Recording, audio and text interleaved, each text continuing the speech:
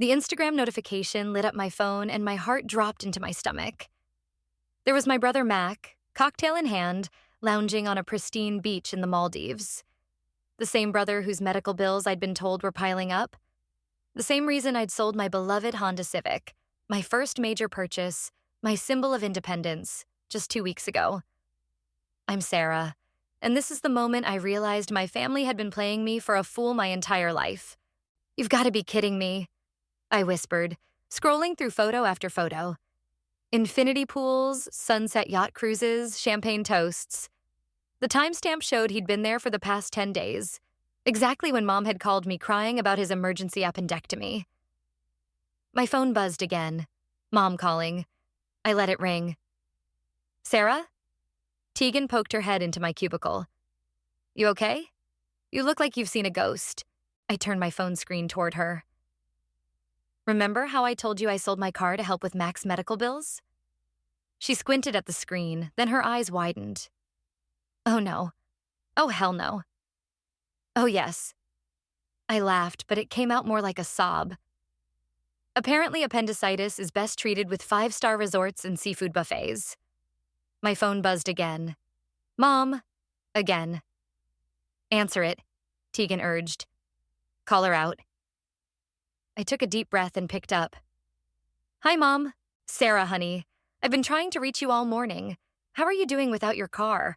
I feel just awful about—" "How's Mac's recovery going?" I cut in, my voice steady. "Oh, he's doing better. The doctor said—" "Really?"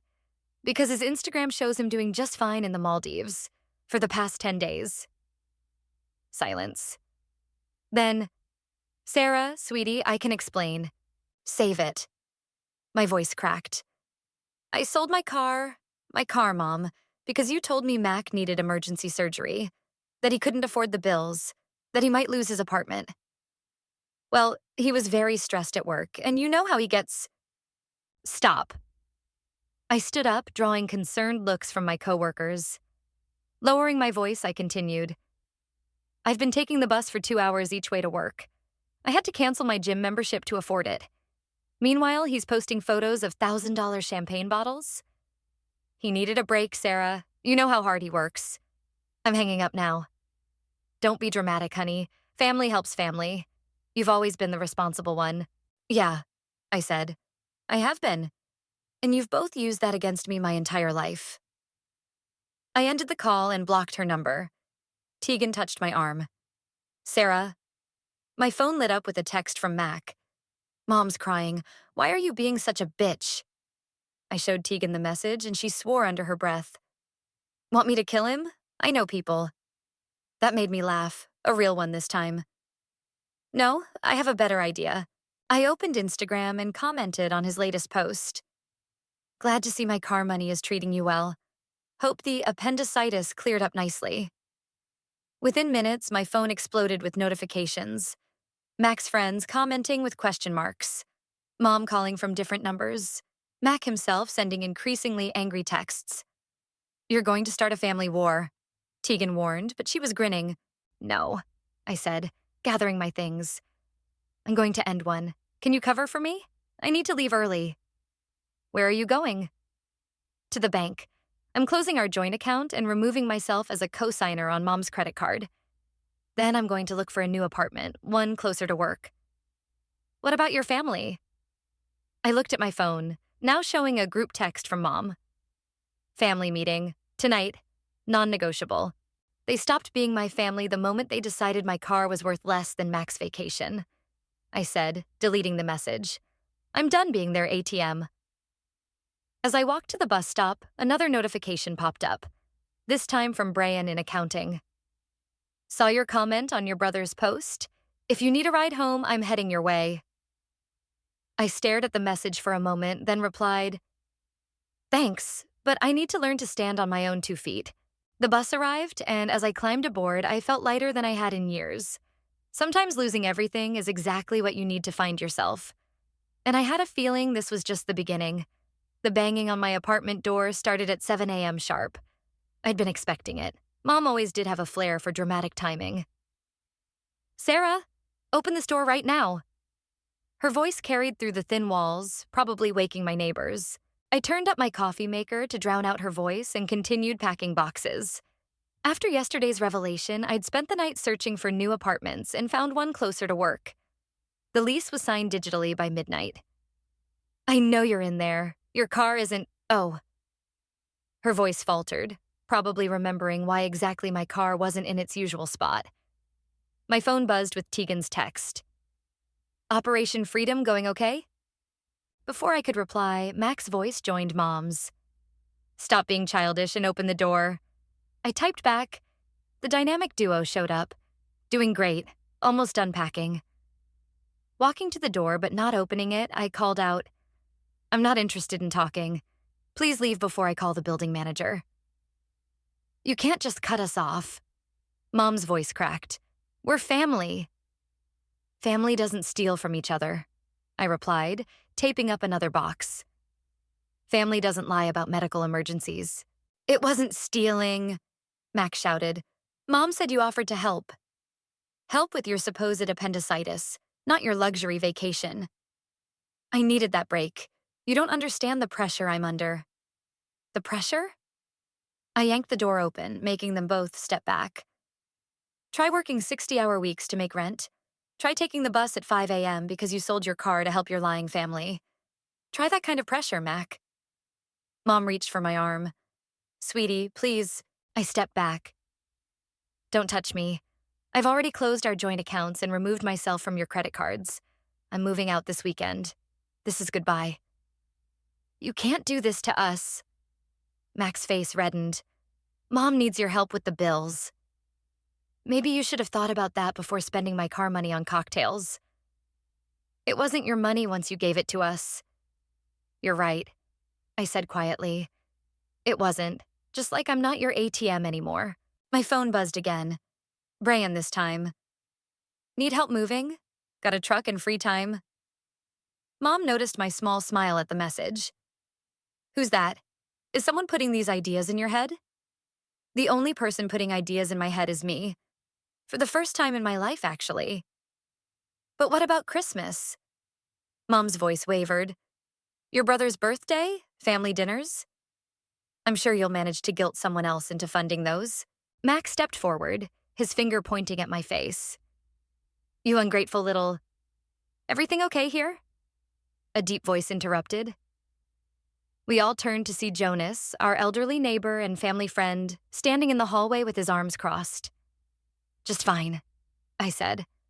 Mom and Mac were just leaving. Jonas nodded slowly. Bethany, Mac, I think Sarah's made herself clear. Best give her some space. But she's abandoning us, Mom wailed. Like you abandoned my trust? I shot back. Or my car payment? Or the truth? Jonas stepped between us. Bethany, take Mac and go home. Sarah's an adult making adult decisions. Respect that. Mom's face crumpled, but Mac grabbed her arm. Fine. Have fun playing martyr, Sarah. Don't come crying to us when you need something. That's rich coming from you, I said, but they were already walking away. Jonas waited until they disappeared down the stairs. You okay, kiddo? Getting there. I showed him my phone with the new apartment details. Moving this weekend. He nodded approvingly. Good for you. Sometimes the hardest part of growing up is growing away. Thanks for the backup. Anytime. He turned to leave, then paused. You know, I watched you take care of them for years. Maybe it's time someone took care of you. I glanced at Brian's message, still waiting for a reply. Maybe you're right. After Jonas left, I texted Brian back. Actually, could use some help this weekend. Pizza and gratitude in exchange for truck services? His response was immediate. Deal, but I'm picking the toppings. Looking around my half-packed apartment, I felt something unfamiliar. Hope, maybe. Or freedom. For the first time in my life, the weight of family obligation wasn't pressing down on my shoulders. I sent one final text to Tegan. Operation Freedom, Phase 1 complete. Phase 2, actually living my life. Her response made me laugh. About damn time. She was right. It was about damn time. So, what made you finally snap? Brian asked, setting down another box in my new apartment. Sunlight streamed through the windows, highlighting the dust motes dancing in the air. You mean besides the luxury resort photos? I wiped sweat from my forehead. 29 years of being the responsible one, the reliable one, the one who always said yes. And now you're the one who says no. He grinned, collapsing onto my secondhand couch. It suits you. I tossed him a water bottle. Thanks again for helping. I know moving isn't exactly a fun weekend activity. Are you kidding? This is better than watching Netflix. He took a swig of water. Besides, I've wanted to talk to you properly since that day you stormed out of the office. A knock at the door interrupted whatever I was about to say. Tegan burst in, carrying Chinese takeout. Food's here. Oh, hey, Brian. Didn't know you'd still be here. I can go? He started to stand. Don't you dare, I said. You earned that food. Besides, I need witnesses in case my family shows up. Tegan set out the containers on my kitchen counter. Speaking of which, have you checked your mail? Your mom's been sending letters to the office. Yeah, I saw them. Haven't opened them.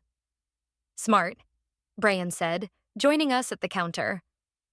My sister went through something similar with our dad. Sometimes distance is the only answer. I grabbed chopsticks from a box labeled kitchen stuff and passed them around. How did that work out for her? She's happier now. Dad eventually realized he couldn't manipulate her anymore and backed off. Here's hoping, I muttered, then jumped as my phone buzzed. A text from an unknown number. Sarah, it's Mom. Please call. It's about my health. I showed the screen to Tegan, who rolled her eyes. New phone number, same old guilt trip. Delete it, Brian advised. If it's really about her health, she can tell Mac. I blocked the number, but my hands were shaking slightly. Brian noticed and touched my arm gently. Hey, you're doing the right thing. Am I? I looked between him and Tegan. Because sometimes it feels like I'm being horrible. You want horrible? Tegan pulled out her phone. Look what your brother posted yesterday. She showed me Mac's Instagram story, a photo of Mom looking sad at a restaurant captioned, "Missing my sister who abandoned us. Family should come first." That's rich, Brian scoffed. Coming from the guy who used your car money for a vacation. They're trying to paint me as the villain, I said, stabbing at my lo mein. And the worst part is, it's working. Half my relatives have already unfollowed me. Good riddance, Tegan declared. Less people to explain yourself to at Christmas. About that, I took a deep breath. I got invited to spend Christmas with my college roommate in Colorado. I think I'm going to go. That's perfect, Tegan clapped. A drama-free holiday. Plus skiing, Brian added. Much better than watching Mac open expensive gifts bought with other people's money. I laughed, then sobered. I just hope Mom's okay. Health-wise, I mean. She's fine, Tegan assured me. I saw her at the mall yesterday, shopping up a storm. Of course you did. I shook my head. Let me guess. Mac was with her? Yep. Both looked pretty healthy to me. My phone buzzed again. Another unknown number. Sarah, Mom's really sick. Don't be selfish. Call us. That's it. Brian grabbed my phone and started typing. What are you doing? He showed me the message he'd drafted. If Mom is truly ill, take her to a doctor. I'm not a medical professional or an ATM. Please stop contacting me. Send it, Tegan urged. Then block this number too. I hit send, then immediately blocked the number. You know what's weird? For the first time since selling my car, I actually feel like I can breathe. That's because you're finally living for yourself, Brian said. It looks good on you. Our eyes met over the takeout containers, and something warm flickered in my chest. Tegan cleared her throat dramatically. Well, I should head out. Early meeting tomorrow. She winked at me not so subtly. Brian, take care of our girl, okay? After she left, Brian helped me break down empty boxes. You know, he said casually, there's this great coffee shop around the corner. Maybe we could check it out sometime? When you're settled in? I smiled, thinking how different this felt from the constant drain of family obligations. I'd like that. As if on cue, another unknown number popped up on my phone. Without even reading the message, I blocked it. Look at you, Brian grinned, getting better at saying no already. And yes, I added, meeting his eyes. When it matters. I was in the middle of a presentation when Mom burst into the conference room, mascara streaking down her face. My coworkers froze, all eyes darting between us as I gripped my presentation pointer so tight my knuckles went white. "Sarah, please," she sobbed. "You have to help us."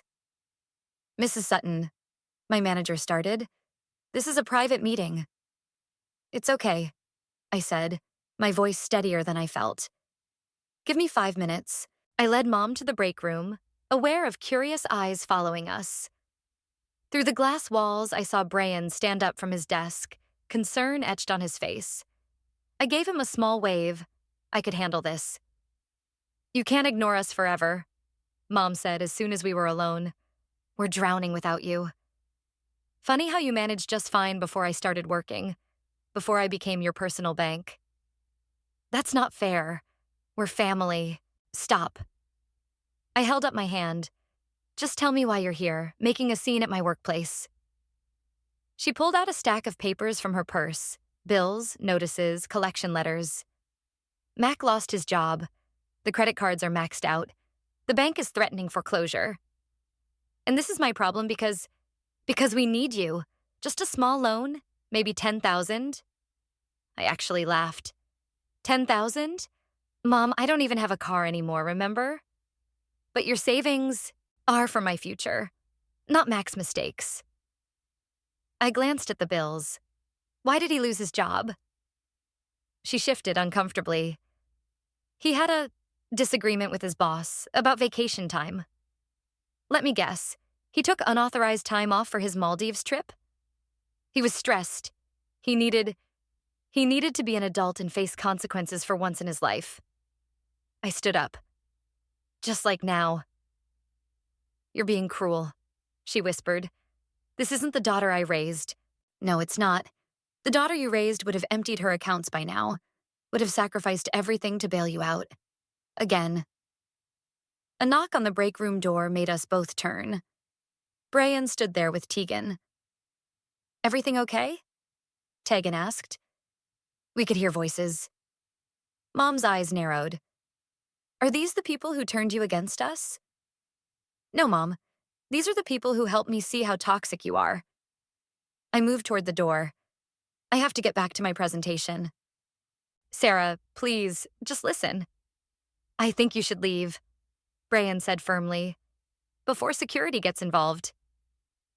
Mom gathered her papers, tears starting again. "When did you become so heartless?" "When I realized my heart was the only thing I had left after you and Mac took everything else." After she left, Tegan hugged me tight. "You okay?" "No," I admitted. "But I will be." "Want me to finish your presentation?" she offered. I shook my head. "I need to do this. Show everyone I'm professional despite that." "I'll get you coffee after," Brian said. "You look like you could use it." Back in the conference room, I apologized for the interruption and continued as if nothing had happened.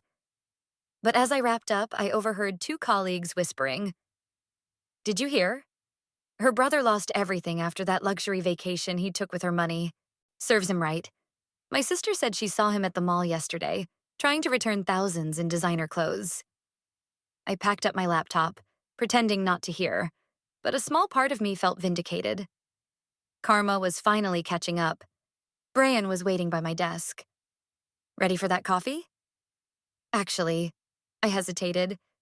"Can we get something stronger? I think I need a drink." "I know just the place." At the bar, after my first glass of wine, I checked my phone. 3 missed calls from Mac, 1 voicemail. "You think you're so much better than us now? Mom's a mess because of you. I had to move back home because of you. I hope you're happy with yourself, you selfish." I deleted it before it finished. You know what's ironic? I told Brian. They keep saying I abandoned them, but they're the ones who never showed up for me. Not once. He reached across the table and squeezed my hand. Their loss. Yeah, I said, squeezing back. Their loss. My phone buzzed again, a text from Jonas.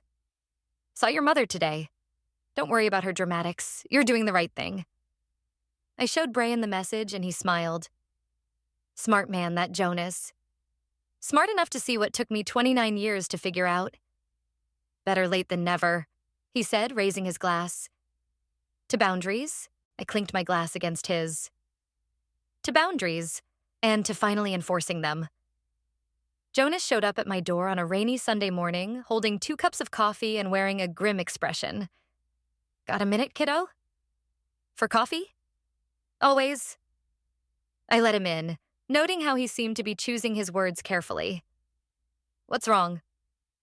Saw your mother yesterday, he said, settling onto my couch. At the hospital. My stomach dropped. Is she okay? Panic attack. They kept her overnight for observation. He handed me a coffee. Mac wasn't there. Apparently he was too busy trying to pawn his designer watches. I sipped my coffee to hide my trembling hands. Why are you telling me this? Because you deserve to know the truth, not the manipulated version they're spreading around. He leaned forward. Your mother's panic attack? Happened right after the bank officially started foreclosure proceedings. Let me guess. Because of Mac's spending? Partially, but mainly because she's been paying his rent, car payments, and credit card bills for months, even before your car money went to his vacation. My phone buzzed. Brian checking in. Still on for lunch? I typed back quickly. Rain check? Something came up. Sarah, Jonas said gently. I'm not telling you this to make you feel guilty. I'm telling you because you need to understand. This isn't your fault. They were drowning long before you stepped away. But if I hadn't cut them off, they would have dragged you down with them. He pulled out his phone, showing me a social media post from Mac from just last night.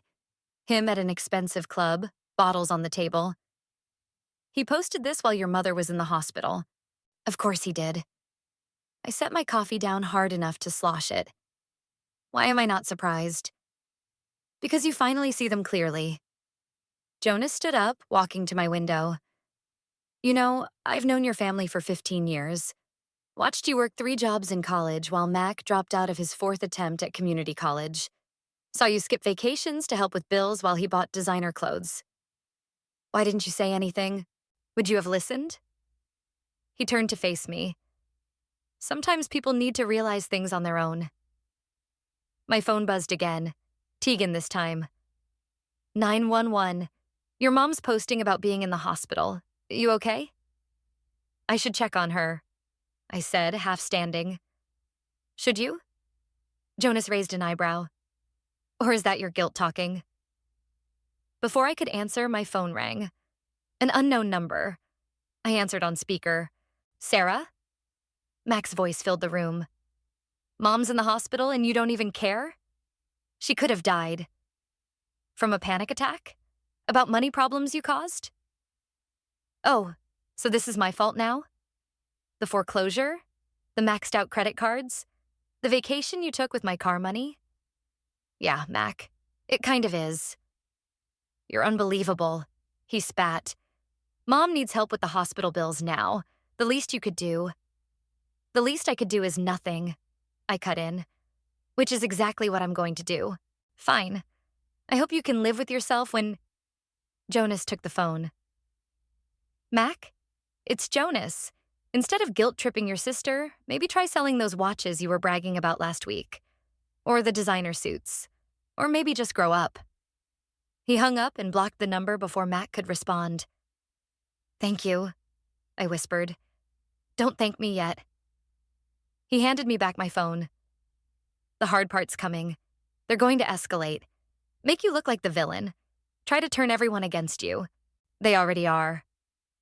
I showed him my mother's latest Facebook post. A hospital selfie with the caption, "Missing my daughter during this difficult time. Prayer warriors needed." Ah, yes, the social media guilt trip. He chuckled. Your mother's specialty. My phone lit up with messages from relatives I hadn't heard from in years, all suddenly concerned about my absence. You know what's funny? I said, blocking numbers one by one. A month ago, this would have broken me. Now it just makes me angry. Good.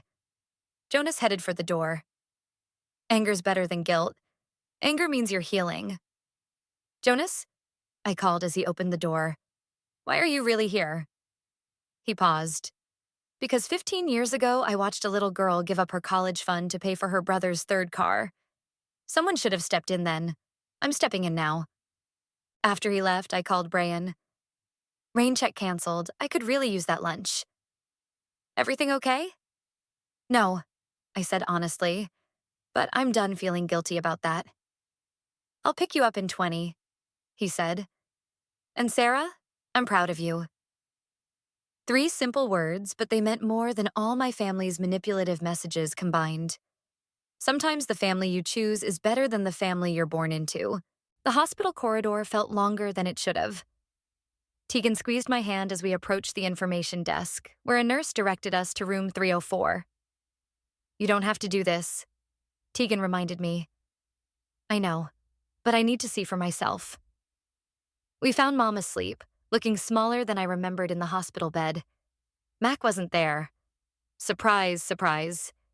But he'd left his mark. Designer shopping bags cluttered the corner of the room. Seriously?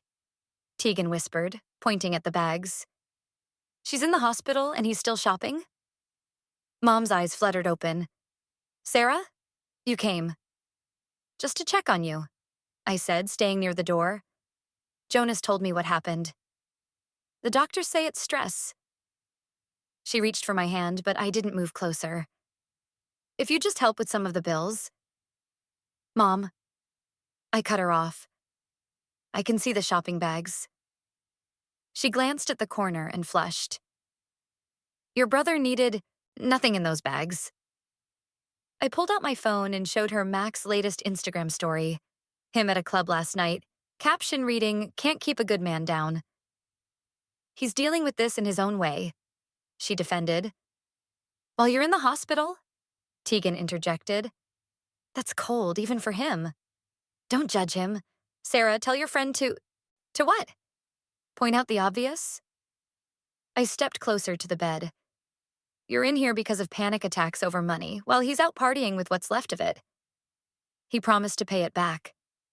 Like he promised to pay me back for my car? A nurse appeared in the doorway. Everything okay in here? Your blood pressure's rising, Mrs. Sutton. We're leaving, I said. I just needed to see something for myself. Sarah, please. Mom grabbed my wrist. I know I made mistakes, but I'm sick. I need you. No, you need someone to enable you and Mac. That's not me anymore. As if on cue, Mac burst into the room, reeking of alcohol. Well, look who finally showed up. And look who's drunk at noon, Tegan muttered. You got something to say? Mac stepped toward her, but I moved between them. Back off, Mac. Or what? You'll abandon us again? He laughed bitterly. Too late for that, sis. Sir, the nurse intervened. If you can't calm down, I'll have to ask you to leave. It's fine, I said. We're going. Yeah, run away, Mac called after us. That's what you're good at. I stopped at the door. You know what I'm actually good at, Mac? Taking care of myself. You should try it sometime. In the hallway, my phone buzzed with a text from Brian. How's it going? Can you meet us at the corner cafe? I typed back. Need friendly faces right now. Already there, he responded. Got your favorite muffins waiting. Tegan drove us to the cafe, keeping up a steady stream of conversation to distract me. When we walked in, Brian had claimed our usual corner booth. That bad, huh? He asked, noting my expression. Worse. I collapsed into the booth. Mac showed up drunk. Mom tried to guilt-trip me about money while surrounded by shopping bags. Classic. Tegan snorted. Did you see her Facebook post? Blessed to have one child by my side during this health crisis. With a photo of Mac passed out in the hospital chair. At least she's honest about him being passed out. Brian said, sliding a chocolate muffin toward me. My phone lit up with a message from Jonas. Heard about the hospital visit. You okay? Getting there, I replied. Thanks for the heads up about her condition. Heads up about what? Brian asked. Before I could answer, the cafe door chimed. Max stumbled in. Oh, for crying out loud. Tegan stood up, but I pulled her back down. Sarah, Max slurred, drawing attention from other customers. Having a nice little coffee date while Mom suffers? You mean like your club night while she was admitted? I kept my voice level. That's different. I needed to blow off steam. Sir, a barista approached him. I'm going to have to ask you to leave. Not without my sister's wallet, he sneered. Come on, Sarah, 10 grand. That's all we need to stop the foreclosure. Brian stood up. She said no, man. Walk away. Stay out of this. Mac jabbed a finger at him. This is family business. No, I said firmly, standing too. This is harassment. And if you don't leave right now, I'm calling the police. You wouldn't. I pulled out my phone. Try me. Something in my voice must have convinced him because he backed away. This isn't over. Yes, it is. I sat back down, hands shaking, but voice steady. It's been over since the Maldives. After he left, Brian took my hand. You did good. Yeah, I said, watching Max stagger down the street through the cafe window. I did. And for the first time, I actually believed it. The foreclosure notice appeared in the local paper on a Tuesday. By Wednesday morning, my phone was exploding with messages from relatives I hadn't heard from in years. Did you see this? Tegan slapped the newspaper down on my desk. Your mom's house is going up for auction next month. Before I could respond, Brian rushed over. Sarah, you need to see this. He pulled up Mac's latest Instagram post, a photo of our childhood home with the caption, Thanks to my selfish sister, we're losing everything. Family means nothing to some people. Betrayed, Nanshi toxic family. He's got some nerve, Tegan growled. My phone rang. Aunt Linda this time. I declined the call and turned to Brian. Remember that coffee date we kept postponing? Want to go now? In the middle of work? I can't be here right now. He grabbed his keys without hesitation. Let's go. At the coffee shop around the corner, I finally looked at my messages. Most were variations of, how could you let this happen? And your poor mother. But one caught my eye. From Jonas. Your mother's at my house. Mac's nowhere to be found. Thought you should know. Of course he's not there, I muttered, showing Brian the message. Probably off buying more designer clothes while Mom loses her house. Actually, Brian pulled out his phone. According to his Instagram stories, he's at some resort in Miami right now. What? I grabbed his phone. Sure enough, there was Mac, poolside with cocktails. How is he affording this? Probably with whatever's left of your car money, he said gently. My phone buzzed again, Mom calling from Jonas's phone. After a moment's hesitation, I answered on speaker. Sarah, please come to Jonas's. We need to talk. About what? How Mac's in Miami while you're losing the house? Silence then. He said it was a business trip. What business? He lost his job months ago. He's networking, she defended, looking for opportunities. With my money, I said flatly. Again. That's not fair. He's trying to scam more people, to waste more money, to avoid responsibility. Which is it, Mom? You don't understand. No, you don't understand. I hadn't meant to shout, but the words burst out. I sold my car, my independence, to help with supposed medical bills. Instead, that money funded Mac's vacation. Now he's in Miami while you're losing your house, and somehow I'm the bad guy? Sarah, put Jonas on the phone. A shuffle, then Jonas's voice. Hey, kiddo. Is she really staying with you? Yeah, house's electricity got cut off yesterday. And Mac? Haven't seen him in days.